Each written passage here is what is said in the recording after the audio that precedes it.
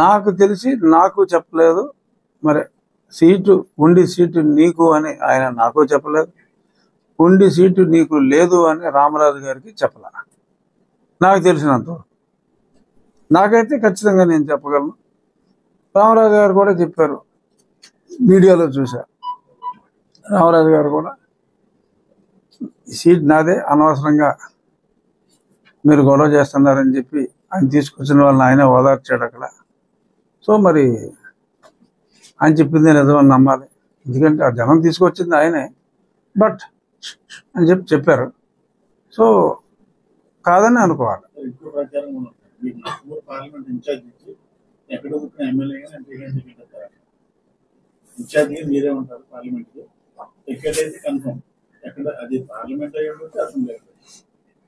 ఏమో మరి నేనైతే ఖచ్చితంగా పోటీ చేస్తానని అనుకుంటున్నా. నేనేమి కండిషన్లు అయితే పెట్టి పార్టీలోకి రాలా. కానీ నేను అంటూ పోటీలో లేకపోతే ప్రజలు యాక్సెప్ట్ చేస్తారని నేనైతే అనుకోవట్లేదు. సో అంచేది నేనైతే కండిషన్ పెట్టి రాలా.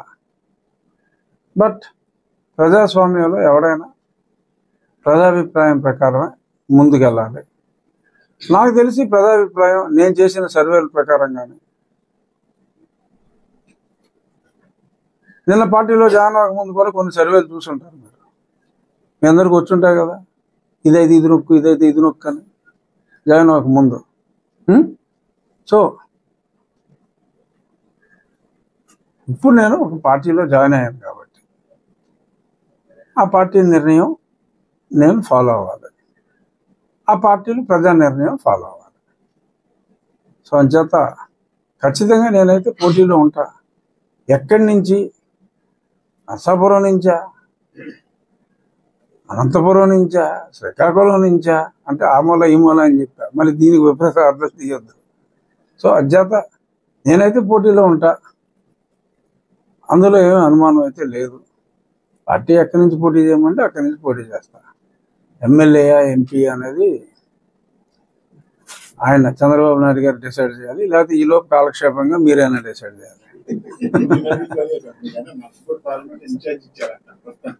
నాకైతే ఏమోలా ప్రస్తుతానికి.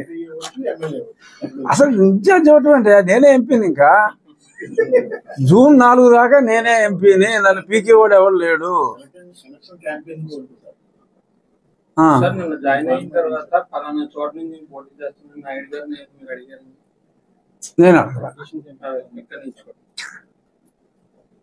నేను అడగలేదు.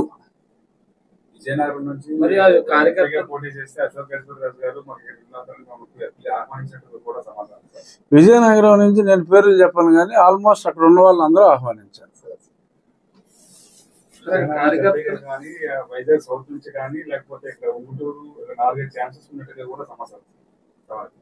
నాకైతే తెలియదు, అందుకే అన్నాను కదా ఎక్కడి నుంచైనా పోటీలో ఉంటాననే అనుకుంటున్నా. ముందే చెప్పేసాను. అనౌన్స్మెంట్ ఏమని ఇస్తారు? నేను కాదు, ఎలా చెప్పేస్తారు? నేను జాయిన్ అయ్యింది ఎప్పుడు? నిన్న రాత్రి 8:30. మరి ఏదో ఆలోచించుకోవాలి కదా. వాళ్ళు ఏదో IVRSలు అయ్యి వదులుతారు కదా ఆ పార్టీలో. ఇంతకుముందు నాకు తెలిసింది, ఇంతకుముందు నా పేరు మీద కూడా ఎంపీకి వదిలేరు. సో అలాగా